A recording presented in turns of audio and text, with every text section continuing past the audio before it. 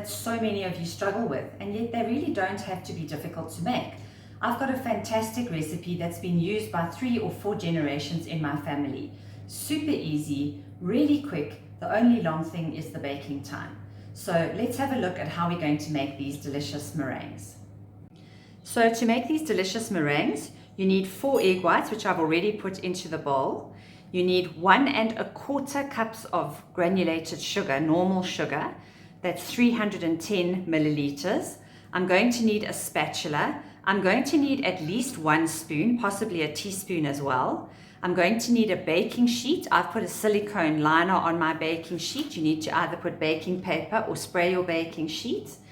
I would recommend baking paper or a silicone liner. And then you need some kind of an electric mixer. You can use a hand electric mixer or a freestanding one like I'm using today.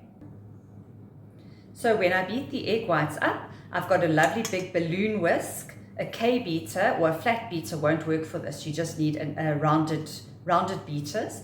If you're using a handheld beater, it's going to be the normal beaters that you use. If you're using a freestanding beater, you're going to take out whatever balloon whisk you have. And I'm going to start with it on a fairly high speed so that it can start getting this egg white to whip up. And what's happening is that it's coagulating. The protein in the egg white is coagulating around the air bubbles. I don't add the sugar yet.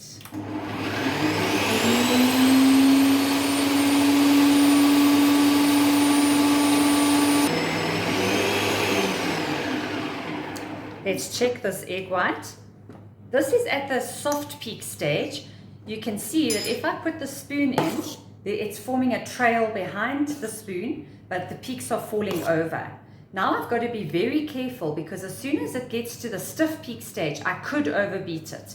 So we're going to take it very carefully now.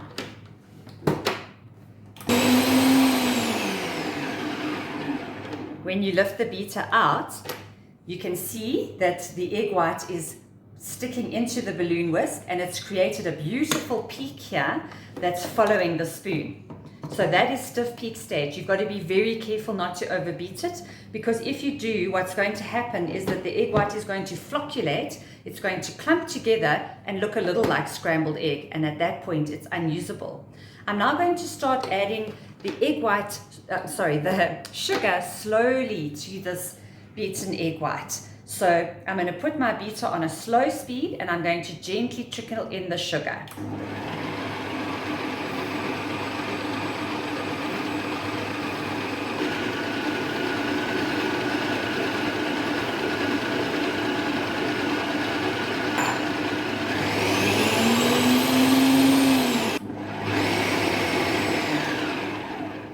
So I've now added all the sugar slowly, and you can see that it is still a very, very soft meringue. If I take my spoon, it's actually falling off it. It's falling off the beater. It is not ready yet. I've got to do quite a lot of beating before this gets to the correct stage. What I want to see is that I get a very glossy white mixture which clings into the balloon whisk when I lift the beater up to check. So let's give it some more high-speed beating. It'll take a minute or 2 at least.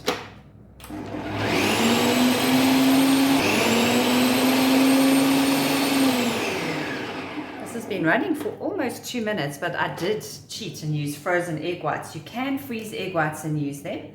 You can see that it's thickened quite a lot. If you're using fresh egg whites, it's going to go quite a lot quicker than these frozen ones that I've used. But it is good to know that if you ever do a recipe with egg yolk that gets used and you have leftover egg white, you can make meringues with it, and this recipe is very easily halved as well. So I'm going to carry on beating it. You have to just judge it for yourself. It's starting to stick in the beater, but it's not there yet, so we're going to carry on for a bit.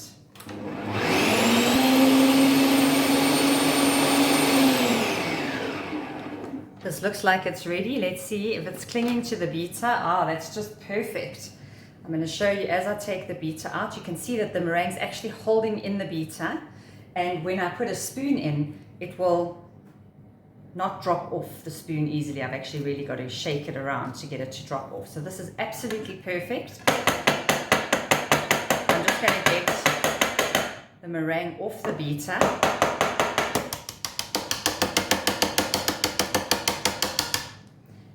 And I'm sure someone in my family is going to be happy to lick that just now. And now let's have a look at how we work with this meringue.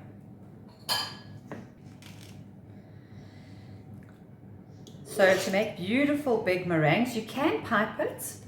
I prefer not to pipe it. I like it to have its own unique shape. Don't forget that the meringues are going to rise. So I've got a specific purpose in mind for these. So I'm going to make them quite large meringues, but you could easily make these small little tea meringues. Or I'm going to show you one now, which I'm going to turn into a meringue nest, which is just wonderful as a dessert or for tea, served with cream. And I would recommend putting a berry coulis inside.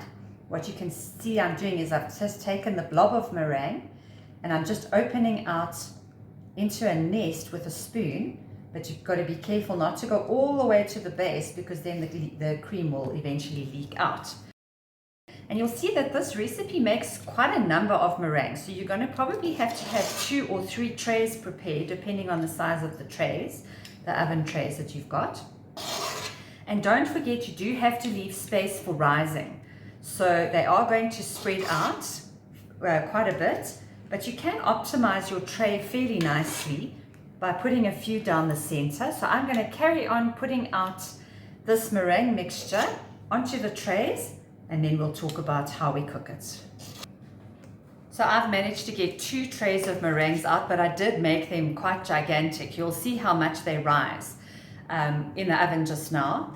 And these meringues I'm now going to cook in the oven on 120 degrees centigrade.